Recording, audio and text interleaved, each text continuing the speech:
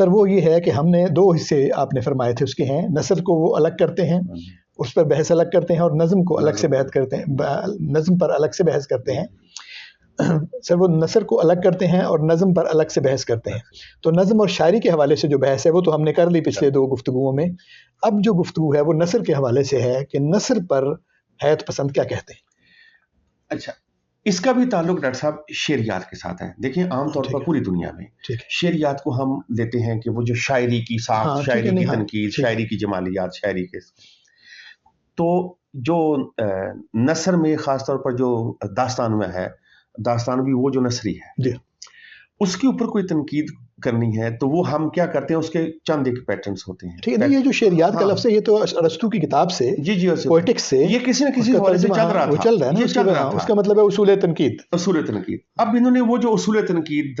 جو نا وہ دریافت کیے، وہ بڑے مختلف تھے۔ ٹھیک ہے، اور حیران کن بات ہے ڈاکٹر صاحب یہ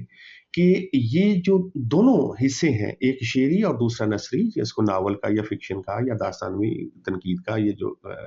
دونوں حصے ہیں، ان کے اثرات مغربی تنقید پر آج بھی ہیں۔ ٹھیک ہے،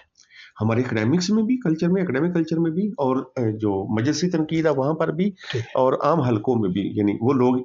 یعنی ان کی جو تراکیب ہے یا انہوں نے جو اصلاحات جو انہوں نے وضع دیں یا استعمال کی، وہ کسی نہ کسی صورت میں وہ ان کے اثرات موجود ہیں یا خود بھی موجود ہیں۔ ٹھیک ہے، اب ولیڈمیر پراپ ایک آدمی تھا اور اسی دور کا آدمی تھا، اس نے کیا کیا کہ نثر کا انتخاب کیا، اور نثر میں بھی وہ نثر جو بیانوی نثر ہے، یعنی ایک نثر ہے جو ڈسکرپٹیو نثر ہے کہ میں مری اچھا لگتا ہے مجھے، مری ایک خوبصورت شہر ہے، یہ ایک ڈسکرپشن ہے مری کی۔ لیکن اگر یہ ہو کہ میں مری گیا، ہے نا، مری ایک مہنگا شہر ہے،